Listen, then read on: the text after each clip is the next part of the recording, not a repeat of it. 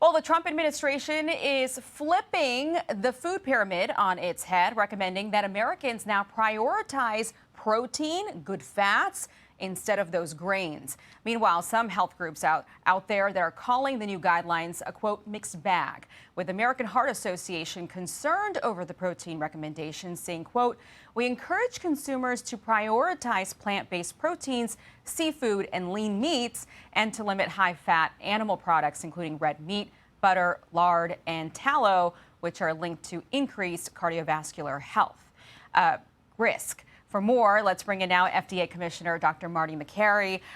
Commissioner, welcome to you. Good to be with you.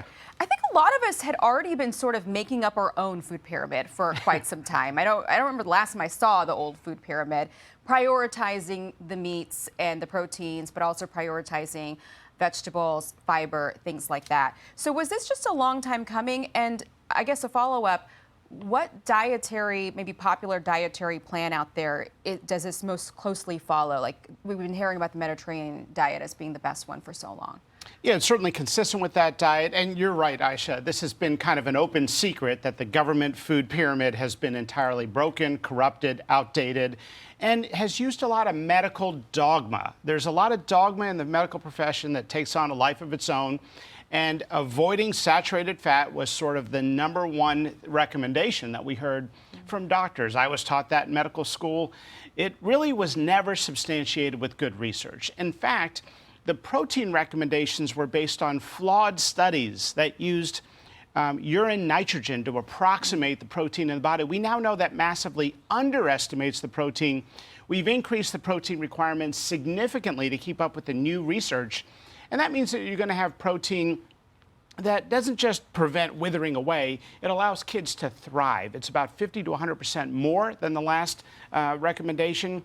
But we're talking about the types of grains and the importance of good soil. And, I personally don't tiptoe around saturated fat. I like having eggs in the morning. I like having nuts a lot at lunchtime, quick milk. snacks. I don't drink low-fat milk. I'll drink whole milk. And in the evening, I like foods that are high in protein. It could be a steak. What about red meat?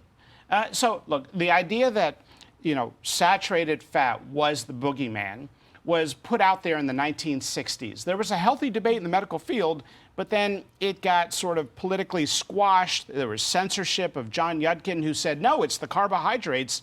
And then we just got this mantra. 3 giant studies tried to prove that saturated fat causes heart disease. All 3 failed to show the association.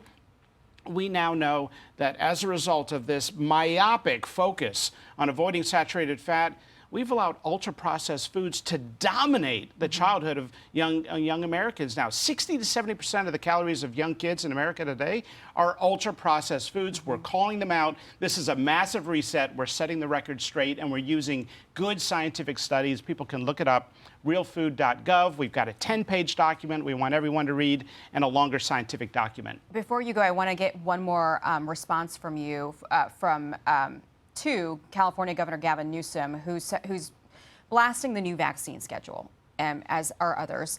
And he's saying that it endangers the lives of babies out there.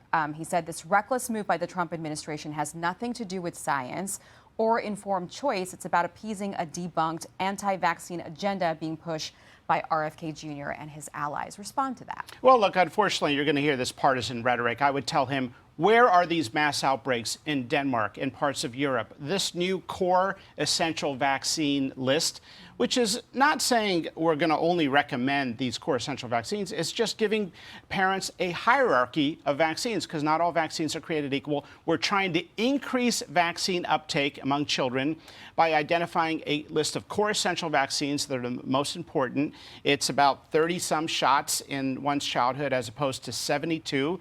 30-some is better than 0. We don't want people at 0. We've seen vaccination rates in children go down in the Biden years because of the dogma of ignoring natural immunity and cloth masks on toddlers for 3 years and shutting kids out of school. A lot of dogma resulted in a loss of public health trust. We're trying to rebuild that trust, and we're giving parents a hierarchy of vaccines. We're still recommending all the vaccines. They're still all covered, but we're giving them a hierarchy to say these are the core essential vaccines. Okay. Commissioner Makary, thank you so much for coming in. Good to be with you. I appreciate it. Yeah. Good to see you.